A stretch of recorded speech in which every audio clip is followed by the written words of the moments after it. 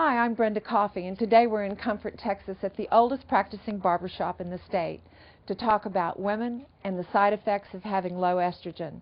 Side effects like beards, mustaches, facial hair. So come on inside with me.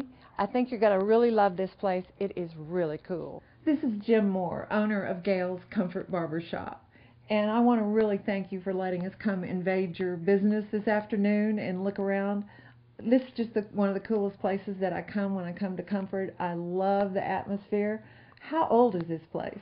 Oh, God, it's been a barbershop for over 100 years. I mean, the building was built like 1876 or something like that. It's a homestead originally.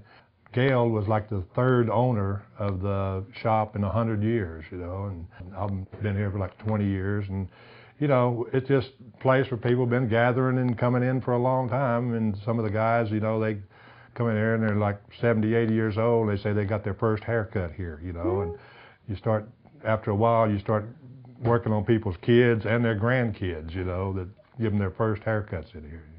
Well, it looks like some of those guys left some of their artifacts behind. There's all these cool hats. You got sombreros and cowboy hats. Yeah, it's just, you know, most of these hats, I guess we just got them before the wives burned them, you know, because some of them was pretty well used up. They're all worn and they're sweat stains and they got little creases in them, and some of them have really cool hat bands.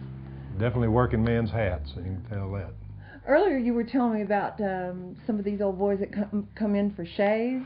Well, yeah, I used to years ago when, you know, most of these farmers and ranchers, they'd just come to town on Saturday and, you know, they wouldn't shave all week and they'd come in and want to get a barbershop shave when they get to town. And, you know, you usually have to have 2 or 3 razors sharpened up for Saturday when they come in. And like some of them are just kind of like shaving prickly pear, you know, just chink, chink, chink, you know, you just see your old razor just spitting the teeth out of the thing, you know. But I mean, some of them just, they had some tough old beards, you know. Well, I think we have come to the right place to do a story on low estrogen and facial hair on women. So we're going to talk about the causes of that and what we can do about it. We've all seen women with facial hair, whether it's a mustache or hair coming out of their chinny chin. But where does that come from? How does that happen? Generally speaking, it's a hormone imbalance. And hormone imbalance can come from several different factors. Perhaps you're postmenopausal, which means you are totally out of estrogen.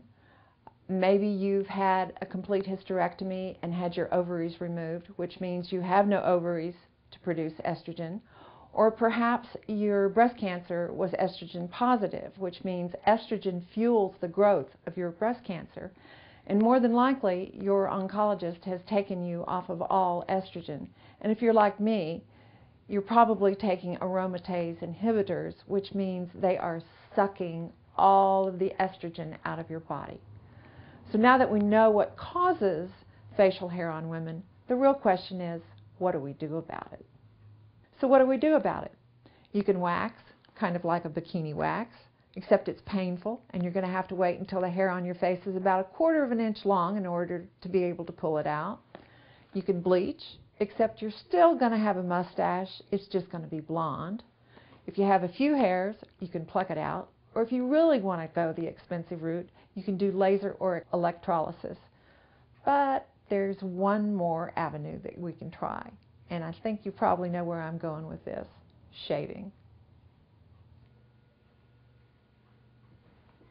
Now, if you were to come to Jim's Barbershop in Comfort, Texas, he could give you a real old-fashioned shave with a straight razor, but that's not what we're going to do.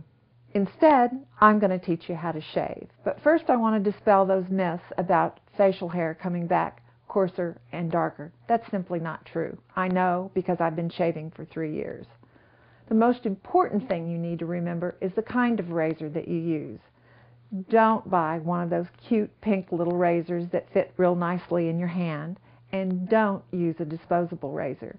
You want to use something like your husband uses, and don't use it on your legs, only on your face.